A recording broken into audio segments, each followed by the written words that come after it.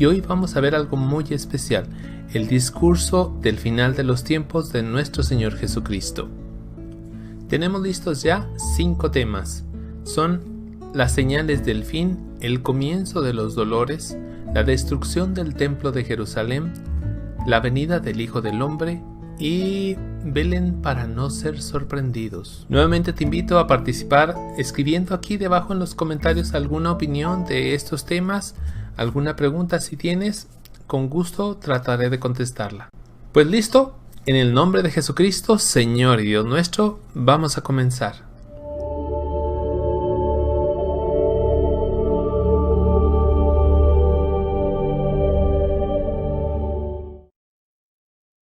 Como siempre vamos a iniciar en el nombre del Padre, del Hijo y del Espíritu Santo. Amén. Ven Espíritu Santo, llena los corazones de tus fieles, y enciende en ellos el fuego de tu amor.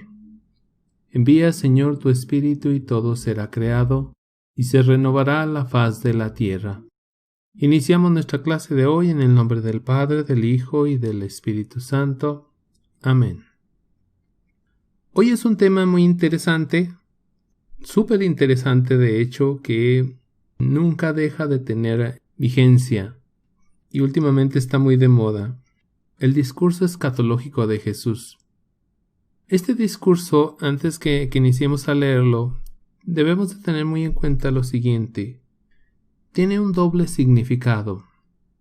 Bueno, casi todo en la Biblia tiene un doble o hasta un triple significado, pero este es un doble significado muy especial.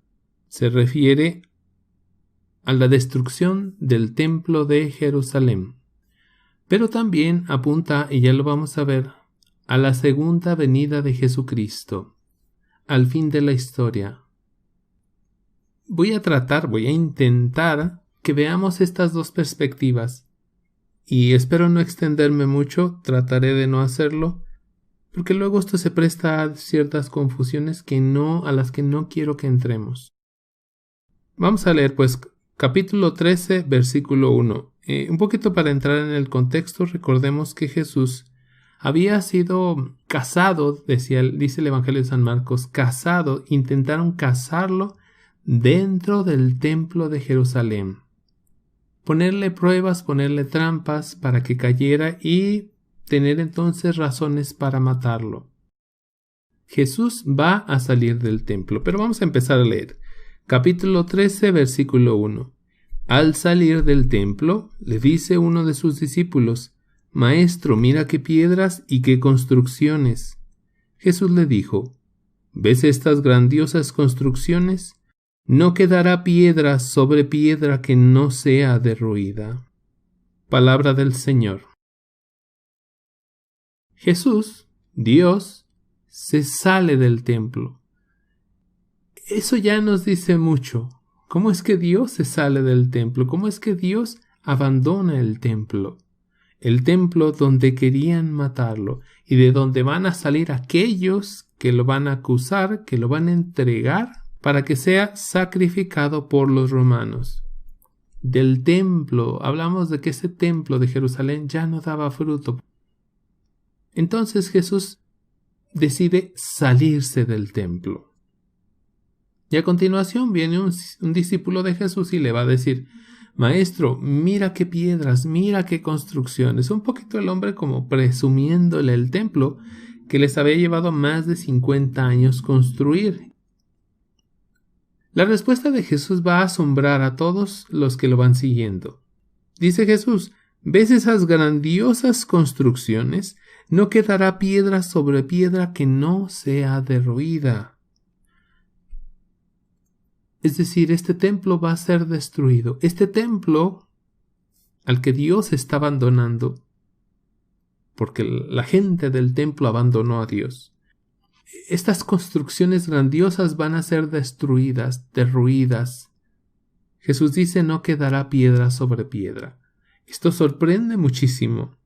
Y sigo leyendo: estando luego sentado en el monte de los olivos frente al templo, le preguntaron en privado Pedro, Santiago, Juan y Andrés: Dinos cuándo sucederá eso, y cuál será la señal de que todas estas cosas están para cumplirse. Palabra del Señor. Aquí algo bien interesante. Primero son Pedro, Santiago, Juan y Andrés, que están en el monte de los olivos, y desde ahí ellos pueden ver el templo. Ellos que fueron los primeros 4 discípulos, si nos volvemos a los primeros capítulos, vamos a ver que efectivamente los primeros llamados fueron estos 4. Dicen algo bien interesante. Primero le dicen, dinos cuándo sucederá eso. Y uno dice, eso. Que el templo va a ser destruido. Bien. Pero luego hacen una segunda pregunta. ¿Cuál será la señal de que todas esas cosas están para cumplirse? ¿Todas esas cosas cuáles? Si Jesús solo habló de la destrucción del templo. Probablemente Marcos otra vez se brincó algo que dijo Jesús y que él o no se enteró o no le pareció importante. Pero con lo que viene más adelante vamos a ir viendo que muy probablemente Jesús ha estado hablando ya por un buen rato con ellos de varios temas, tanto que les provoca la curiosidad y ellos se acercan, no se aguantan, se acercan y lo cuestionan. ¿Cuándo? Primero, ¿cuándo? Es decir, fecha. Dinos en qué fecha. El ser humano tiene necesidad de saber exactamente cuándo.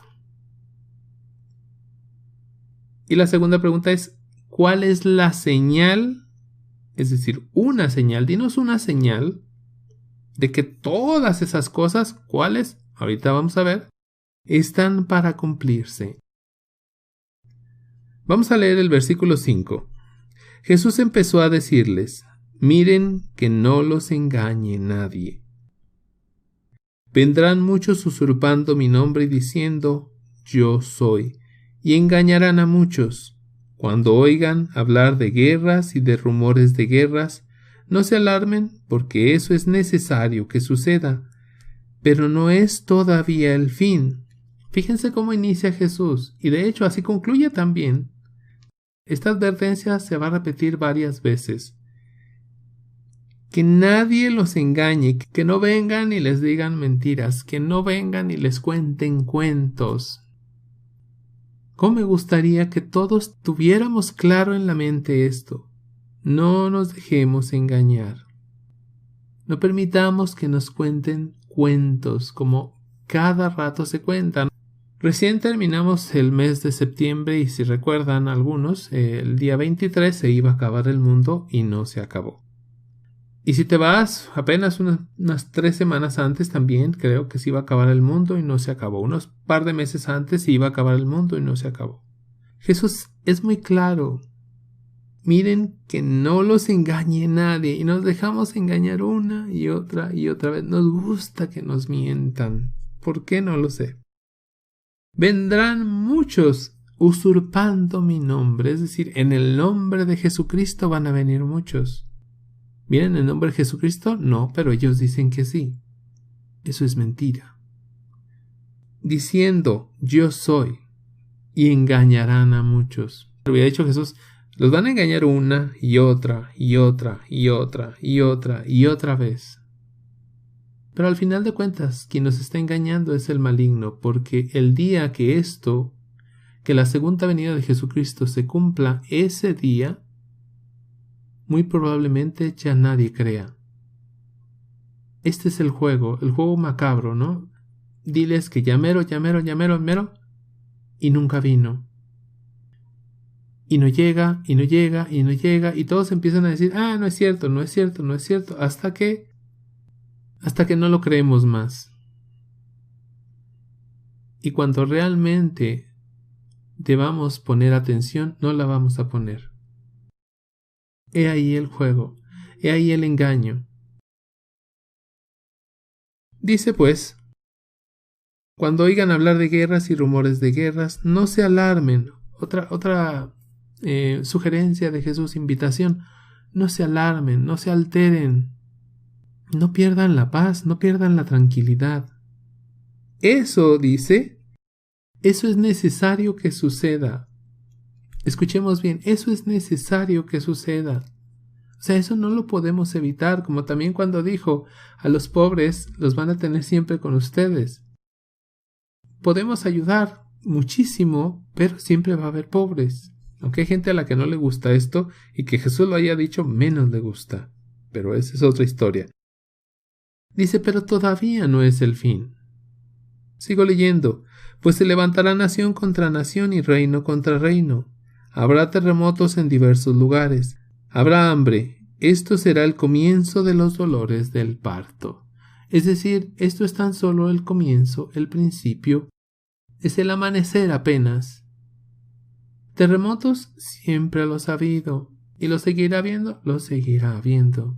Eso lo sabemos todos. Más fuertes, menos fuertes, huracanes, tormentas, tornados, guerras, hambre, incendios. Eso siempre lo va a haber. Pero recordemos, no se alarmen. Esa es la invitación de Jesús, no se alarmen. Si tienes un corazón verdaderamente lleno de Dios, no tienes por qué alarmarte. Sigo leyendo mejor. Pero ustedes miren por ustedes mismos.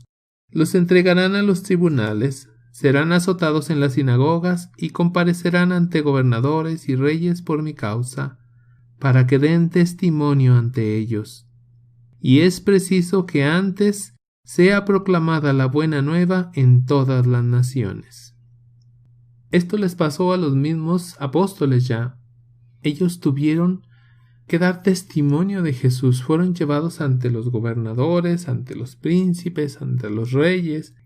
Visitaron muchas naciones, de hecho todas las naciones del mundo conocido en aquel entonces.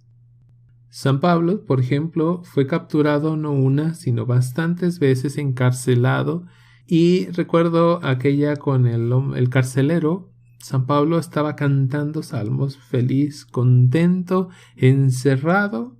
O también cuando Pedro y Juan son capturados dentro del templo, los encierran y ellos estaban felices porque los habían capturado por el nombre de Jesús, porque estaban predicando a Jesús. Ellos estaban contentos. No se alarman, no se vuelven locos. Están felices por eso. Porque el cristiano está llamado a eso, a dar testimonio de Jesucristo en todo momento, dirá San Pablo, a tiempo y a destiempo, cuando se puede y cuando no se puede también. Esto no es solo para los apóstoles, es para todos nosotros, o para todo aquel que realmente está siguiendo a Jesucristo.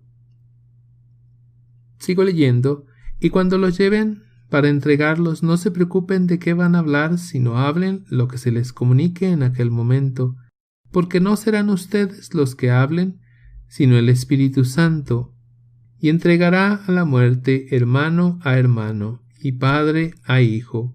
Se levantarán hijos contra padres y los matarán, y serán odiados de todos por causa de mi nombre. Pero el que persevere hasta el fin, ese se salvará. Palabra del Señor. De esto, algunos detallitos. Por ejemplo, será el Espíritu Santo el que hable por ustedes. No se preocupen de qué van a decir. Si tú estás lleno de Dios, de Espíritu Santo, de Jesucristo, lo que emanará de tu boca serán palabras amorosas, palabras que hablarán del Maestro, porque de lo que está lleno tu corazón, habla tu boca. Si cuando tú hablas con una persona, con tus amigos, tus amigas, tus vecinos, vecinas, papás, hermanos, primos, si cuando hablas lo único que sale son tonterías, sandeces, cosas que no tienen nada que ver con el Evangelio, es porque en tu corazón hay eso. De eso has alimentado tu corazón, tu vida, tu mente. Y tu boca no es sino un espejo, solo refleja lo que llevas dentro. Si lo que llevas dentro es a Jesucristo, tu boca hablará de Jesucristo. Es hermoso ver, por ejemplo, a los jóvenes hablar de Jesucristo con tanto entusiasmo, con tanta alegría. Pero también es muy triste ver a otros jóvenes que quizá conocieron a Jesucristo y hoy no hacen sino hablar de porquería y media. Es que es así, y estas son pruebas que uno mismo tiene, que uno mismo se debe de hacer. ¿Qué sale de mi corazón? ¿Realmente soy discípulo, discípula de Jesucristo? ¿Realmente amo a mi Señor Jesús? ¿Qué es lo que sale de mi boca? ¿Qué sale de mi corazón? ¿Cómo evangelizo? Si es que evangelizo, ¿a cuántos? Aunque sea uno. ¿Realmente hablas con amor de Jesucristo? ¿Realmente puedes decir que le amas? ¿Puedes decirle a todo el mundo que le amas? ¿Puedes demostrarle con tus obras, no solo con tu boca, con tus obras, con tu vida, al menos a una persona que amas a Jesucristo, que le sigues, que le sirves? Pregúntatelo. A veces no hablamos precisamente por lo que dice en el versículo 13.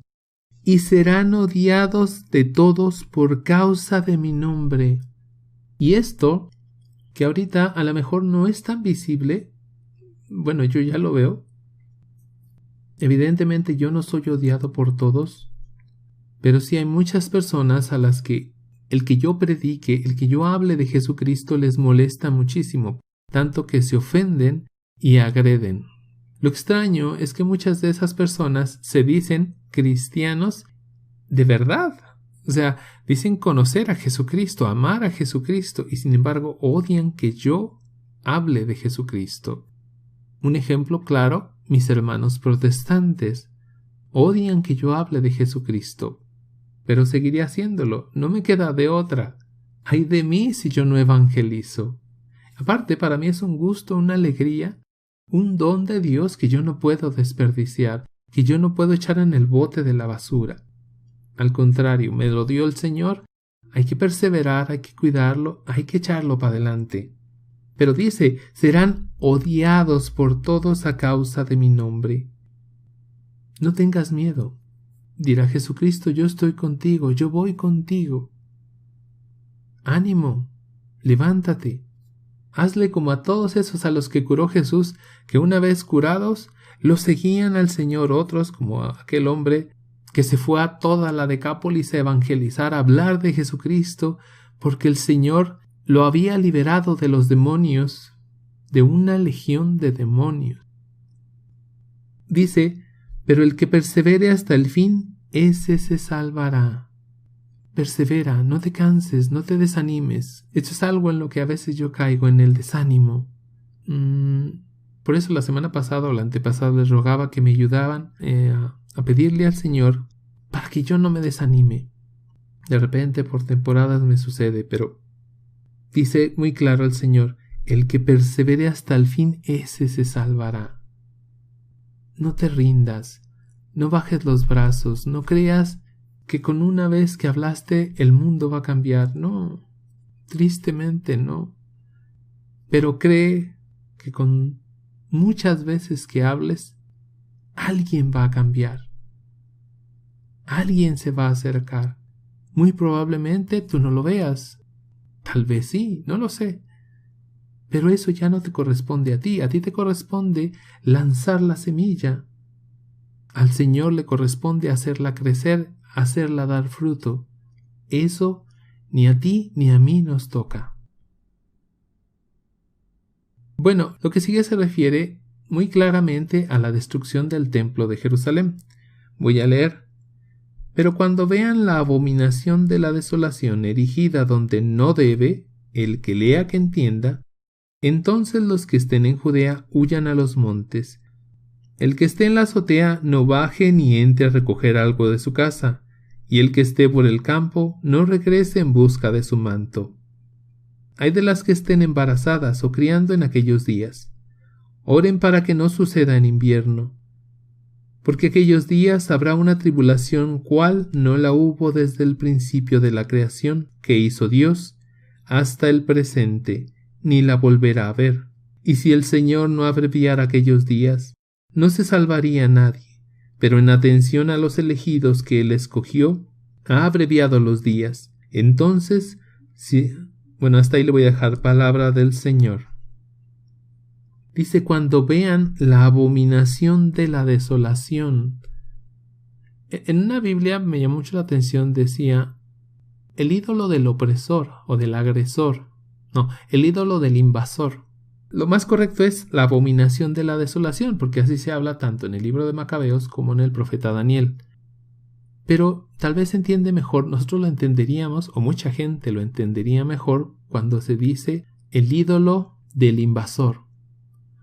¿A qué se refiere esto? Bueno, el profeta Daniel nos habla de que llegará un momento en que se instalará un Baal en el templo de Jerusalén, un dios pagano, un Zeus olímpico, como sucedió en el tiempo de los macabeos, que los griegos instalaron un ídolo en el corazón mismo del templo, y esto desató la furia de los macabeos, y se viene una guerra tremenda, y eso desemboca en que los romanos intervienen para ayudar a los judíos, expulsan a los griegos, al imperio helénico, pero los romanos se quedan como el nuevo imperio oprimiendo a los judíos.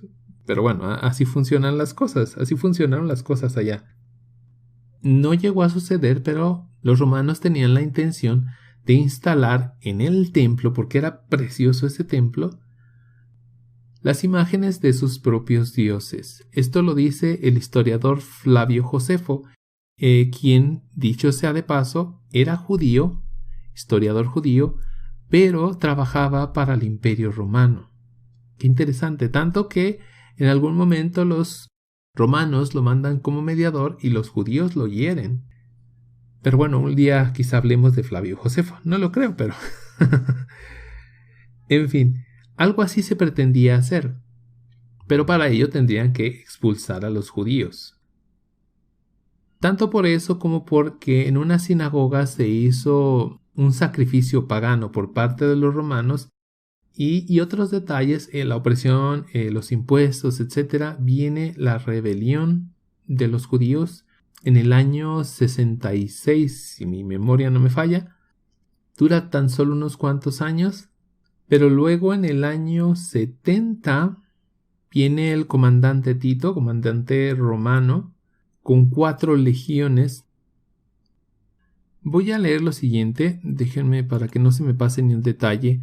Dice, según Flavio Josefo, las causas inmediatas de la revuelta en el 66 fueron un sacrificio pagano ante la entrada de la sinagoga de Cesarea Marítima, seguido por el desvío de 17 talentos del tesoro del templo de Jerusalén por el procurador Gessius Florus.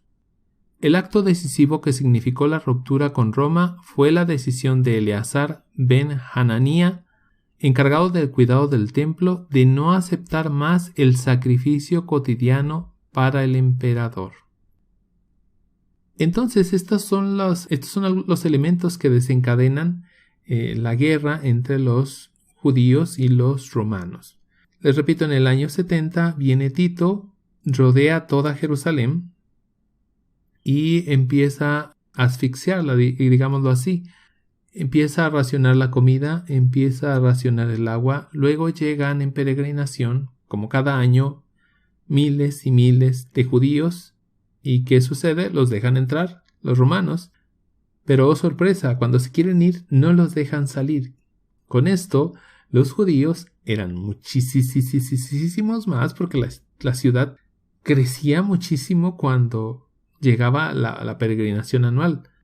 Pero si no la dejas salir, entonces tienes un problema bien grande. Y esto empezó a desesperar a los judíos. Finalmente los romanos fueron entrando, fueron atacando, fueron destruyendo todo, hasta que incluso empezaron a destruir el templo, el cual no querían destruir. Pero primero se incendia y luego ellos mismos tumban alguna que otra pared para poder entrar. Y, según dice Josefo, al final los romanos ya no les importó y destruyeron incluso desde los cimientos el mismo templo. Aquello fue horroroso. Por eso dice aquí que es una gran tribulación. Hubo hambre, hubo sed, hubo muerte, hubo más de 1.100.000 muertos y casi 100.000 esclavizados por parte de los romanos. Aquello fue brutal, fue sangre por todos lados, fue salvaje. ¿Por qué? ¿Recuerdan la parábola de los viñadores asesinos? Se les va a quitar su viña, se les va a quitar la viña y será entregada a otros. Estas cosas que suceden cuando el pueblo se aleja de Dios. Cuando la protección de Dios se aleja porque el pueblo ha echado afuera a Dios. Y se repite, y se repite, y se repite. Y como lo dijo San Agustín, al que se aleja de Dios, todo se aleja de él, es decir, todo lo bueno. La bendición de Dios es como una sombrilla, un paraguas, que te protege del sol, te protege de la lluvia. Pero ¿qué pasa si tú te alejas de ese paraguas? ¿Cómo te quejas contra el paraguas luego y le dices, mira que me estoy mojando, mira que me estoy quemando con el sol? Si tú mismo lo lanzaste, tú mismo lo tiraste. Así hacemos a veces con Dios. Lo hacemos a un lado y después nos quejamos. Es la historia o las historias que están contadas de manera repetitiva en el libro de los jueces. Se repite como un círculo. El pueblo se aleja de Dios. Dios se retira, obedeciendo incluso al mismo pueblo, se hace a un lado. Viene el enemigo, aplasta al pueblo. El pueblo solicita la ayuda de Dios. Dios regresa, libera al pueblo. Se va el enemigo. El pueblo se siente otra vez seguro, tranquilo, se empieza a olvidar de Dios, empieza a buscar la diversión, expulsa a Dios, Dios se retira, viene el enemigo, los aplasta nuevamente y es como una rueda, a veces arriba, a veces abajo, y no entendemos. Para nadie es un secreto que nuestra época estamos como en ese momento en el que ya no necesitamos de Dios. Primera, Segunda Guerra Mundial, todo mundo solicitó a Dios, amó a Dios, se acercó a Dios, las misas estaban atiborradas, había filas y filas y filas, gente confesándose, seminarios llenos. Hoy está todo vacío. Estamos expulsando a Dios. No lo queremos en la escuela, no lo queremos en el gobierno, no lo queremos en ningún lado. Dios se retira y el mal se nos viene encima. Todo tipo de males. Es un cuento de nunca acabar. Bueno, un día va a acabar, como va a decir Jesús. Dice el versículo 20, y si el Señor no abreviara aquellos días, no se salvaría nadie. De hecho, se salvaron solo unos cuantos. Curiosamente, los que se salvaron y no murieron fueron los primeros cristianos. No estaban en Jerusalén. Alcanzaron a irse a los montes, a las montañas. Hay quien dice que leyendo esto, porque Marcos fue escrito antes de la destrucción de Jerusalén, leyendo esto ellos sabían lo que debían de hacer. El Señor se los dijo por adelantado. Dice, pero en atención a los elegidos que Él escogió, ha abreviado esos días. Entonces, si alguno les dice, fíjense muy bien, miren al Cristo aquí, mírenlo allí, no le crean. Ojo, Jesús dice, no le crean. Esto lo repite varias veces, ¿no? Frases de este tipo, no se dejen engañar, no les crean. Y sin embargo, nos dejamos engañar. Pues surgirán falsos cristos y falsos profetas y realizarán señales y prodigios. Vendrán falsos cristos, falsos profetas. Esto vamos a traerlo a nuestra época. ¿Cuántos falsos cristos no hay y no ha habido? Falsos profetas, no sé cómo contarlos ya. Montones y montones y montones. Y lo más interesante es esto. Y realizarán señales y prodigios. El mal también hace señales y prodigios, milagros. No nos impresionemos con los milagros. No sigamos al Señor por sus milagros, sigámoslo por amor, ya lo hemos dicho aquí. No sigamos al Señor porque nos llena la panza, porque nos da pan, porque nos alivia. Sigámoslo por amor, por fidelidad. Realizarán señales y prodigios con el propósito de engañar. Otra vez, ¿para qué van a hacer esto los falsos profetas?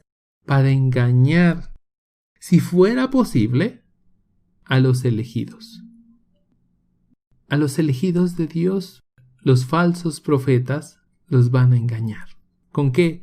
Con milagros, con prodigios, con cuentos, Van a ser buenos para los cuentos, dice San Pablo, buenísimos. Y va a haber gente buenísima para escuchar cuentos. Porque el Evangelio va a ser hecho a un lado. Se va a creer en los cuentos. Versículo 23. Ustedes pues estén sobre aviso. Lo he predicho todo. Digo, más claro, ni el agua. Lo he predicho todo. Todo ya lo dije, ya se los dije. Luego no me salgan, es que me engañaron, es que la otra vez no creí. Pues es que no lo creas.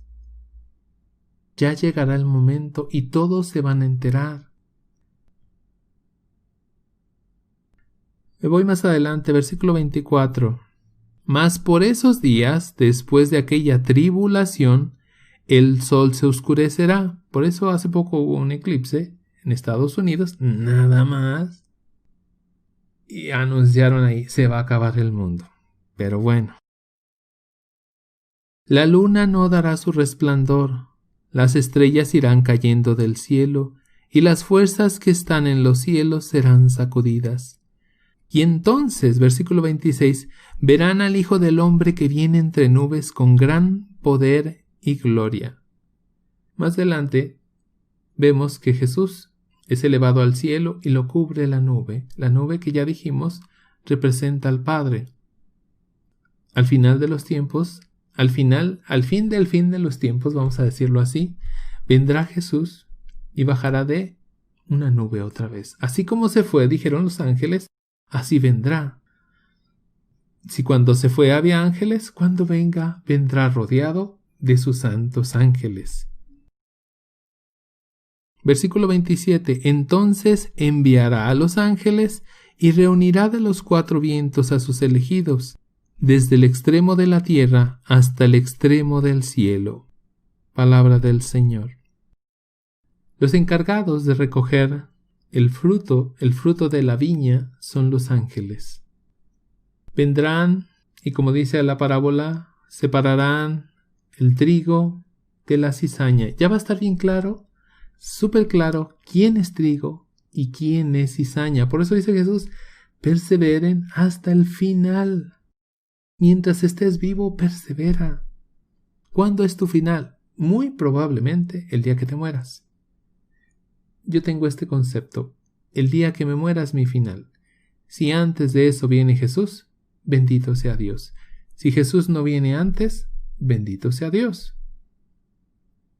¿Por qué ir ahora detrás de falsos profetas? La respuesta es porque los falsos profetas, los lobos vestidos de corderos, llevan un beneficio económico principalmente. O sea, no lo hacen de gratis.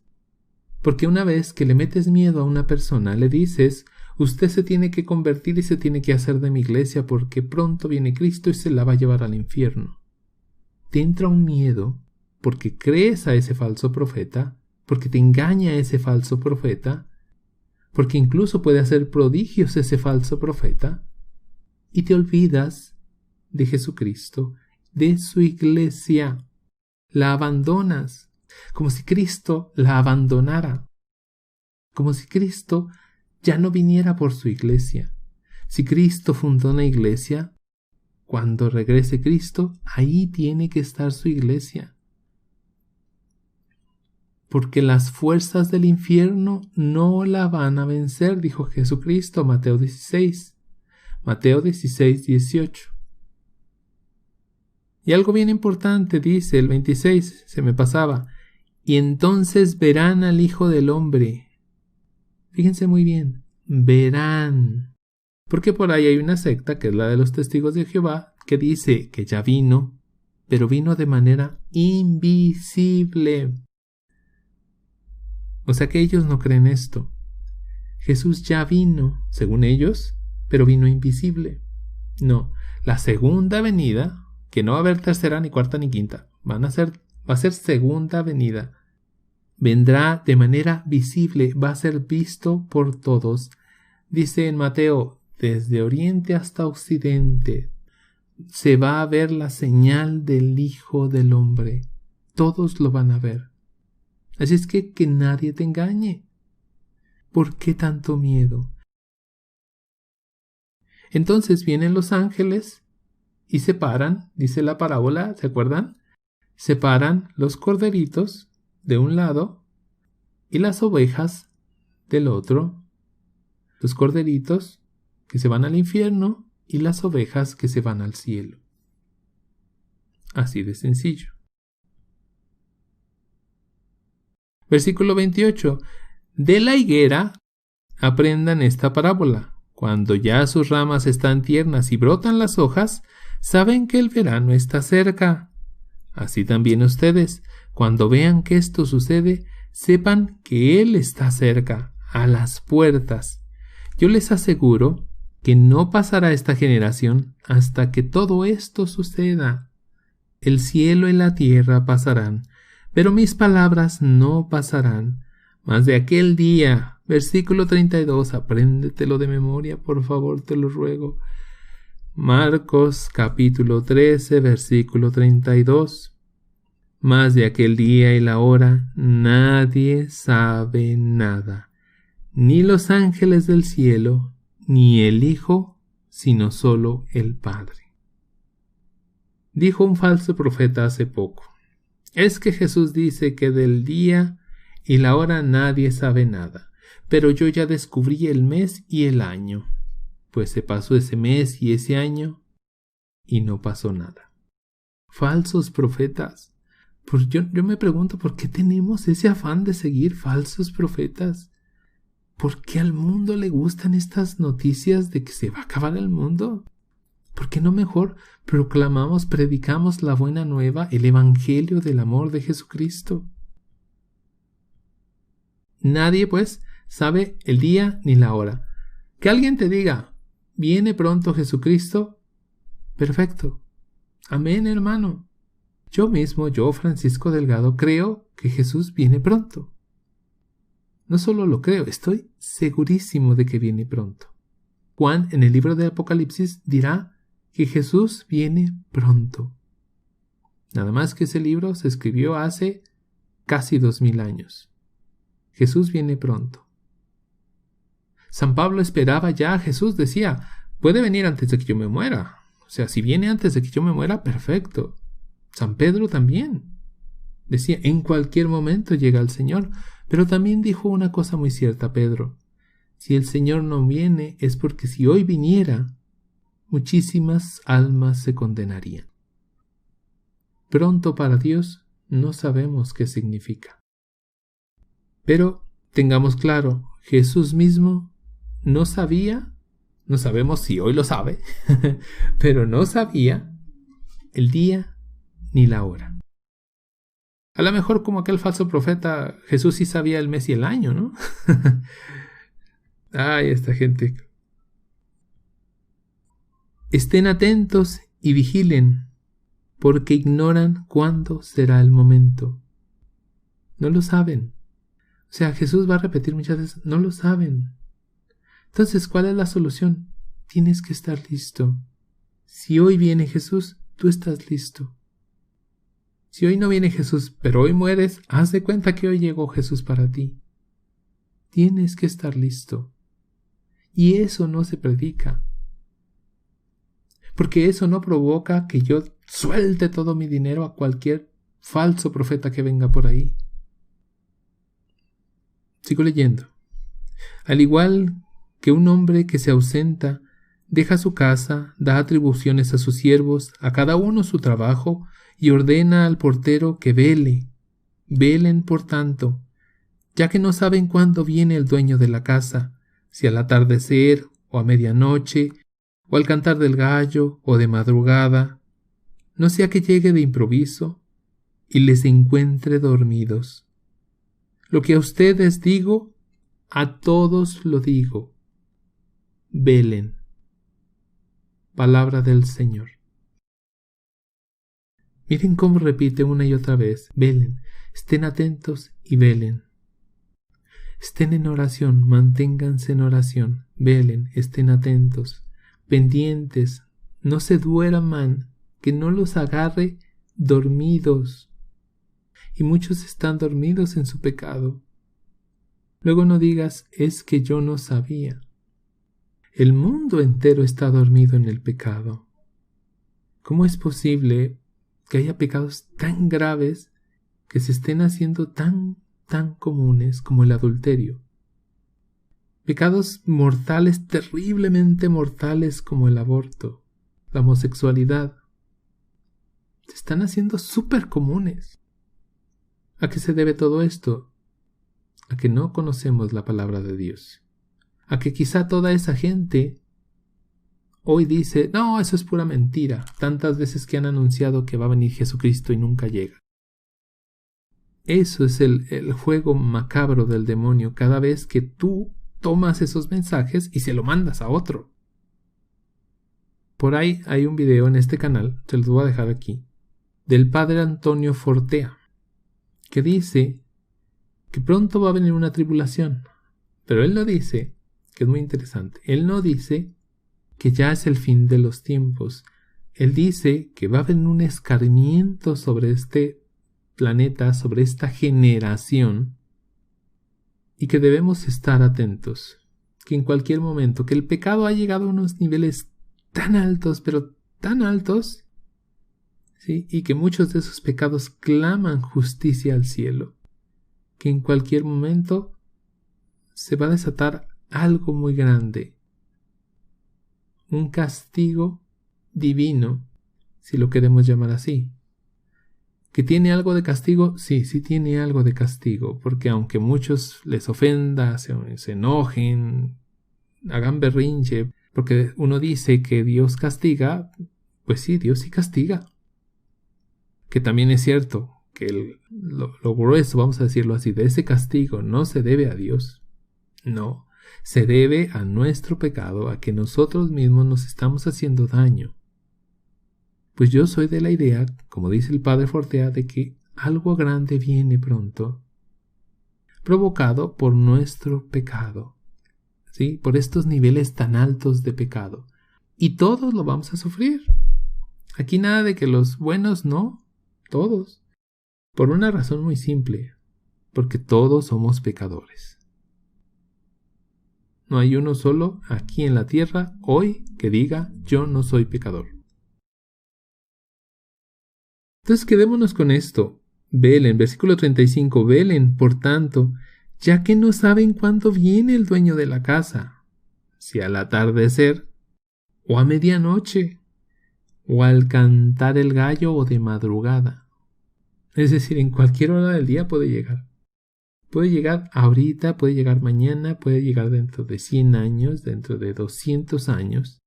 Pero ustedes manténganse en vela, orando. Que no nos encuentre dormidos. Bueno, hasta aquí le vamos a dejar. Nos vamos a despedir en el nombre del Padre, del Hijo y del Espíritu Santo.